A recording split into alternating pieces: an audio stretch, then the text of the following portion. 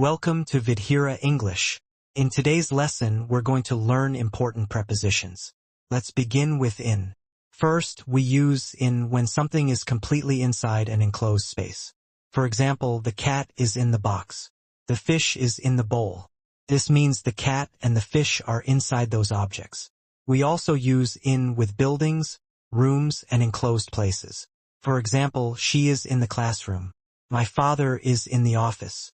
Here, the person is inside the building or room. Next, we use in with countries, states, cities, villages, and large areas.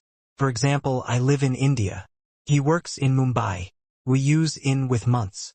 For example, my birthday is in September. Schools reopen in June. We also use in with years. For example, I was born in 2001. He graduated in 2025. We use in with seasons. For example, flowers bloom in spring. People wear sweaters in winter. We also use in with parts of the day. For example, I study in the morning. I usually relax in the evening. But remember one special expression. We do not say in the night. We say at night. Next, we use in with long periods of time. For example, people will live on Mars in the future. Many things changed in the past. We also use in to describe what someone is wearing. For example, she looks beautiful in a blue dress. He came in a black suit. Finally, we use in to describe language, color, or form. For example, please write in English. Draw the picture in blue. Now let's study about ons. First, we use on when something is touching a surface. For example, the book is on the table. My phone is on the bed. Here, the book and the phone are resting on the surface. We also use on with walls, ceilings, and doors. For example, the clock is on the wall. A notice is on the door. Next, we use on with roads, streets, and avenues. For example, she lives on Park Street. The bank is on MG Road. We use on with floors of a building. For example, my office is on the second floor. His room is on the first floor. We also use on with public transport where we can walk or stand. For example, I am on the bus. She is on the train. But remember the exception. We say in a car and in a taxi because they are smaller vehicles. Next, we use on with days. For example, my exam is on Monday. We met on Sunday. We use on with dates. For example, my birthday is on September 19th. The interview is on March 3rd. We also use on with special days. For example, we celebrate on Christmas Day. She came home on Mother's Day. If it is a specific day, we use on. Next, we use on with electronic screens and the internet. For example, I watched the movie on TV. She posted a photo on Instagram. We also use on to describe a machine that is operating or working. For example, the TV is on. The computer is on. Here, on means the machine is working. Finally, we use on to show continuation. For example, please carry on. Life goes on. Here, on means continuing. Now we will learn another important preposition at. First, we use at for an exact point or a specific place. Think of at as one exact point. For example, she is at the bus stop. Meet me at the gate. Here, we are talking about one specific location. Next, we use at with places when we are talking about the location, not the inside of the building. For example, I am at school. She is at home. We simply mean the person is at that place. We also use at with an exact time.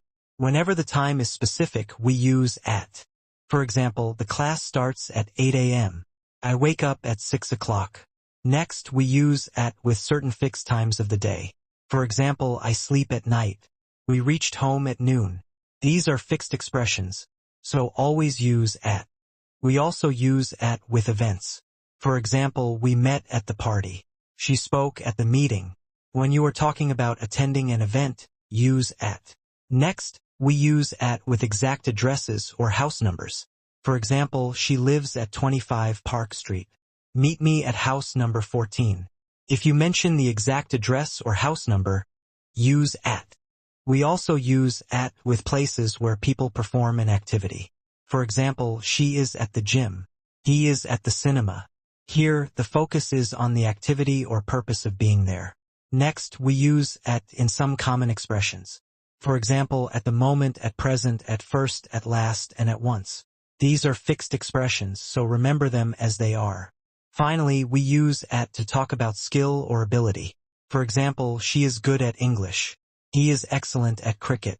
We also say bad at and brilliant at when talking about someone's ability. Between. We use between for two people, two objects, or two places. For example, the cat is between the chairs. She sat between her parents. Since the cat is in the middle of two chairs, and the girl is in the middle of two people, we use between. Now let's learn among. We use among for a group of people or things. For example, she stood among her friends. The house is among the trees. Here, there are more than two people or things, so we use among. Next is beside or next to. Beside and next to have the same meaning. We use them when something is immediately next to another person or thing. For example, sit beside me. The school is next to the bank. The two things are right next to each other, so we use beside or next to. Finally, let's learn near. We use near when something is close, but not necessarily next to it. For example, my house is near the park. The hotel is near the airport. The house and the hotel are close, but they are not right beside those places. Under. We use under when something is directly below or covered by something else. For example, the cat is under the table. My shoes are under the bed. In both examples, the objects are directly beneath something else, so we use under. Now let's learn below. We use below when something is at a lower level than something else. It does not have to be directly underneath. For example, the temperature is below zero. The village is below the hill. Here, we are talking about a lower position or level, so we use below. Next is above. We use above when something is at a higher level than something else. It does not have to be directly over it. For example, the fan is above my head. The picture is above the sofa. Since both things are at a higher position, we use above. Finally, let's learn over. We use over when something is directly above something else or when it covers something. For example, she held an umbrella over her head. A lamp hangs over the table. We also say the bird flew over the house. Here, the bird moved across a position above the house, so we use over. See you in the next lesson on Vidhira English.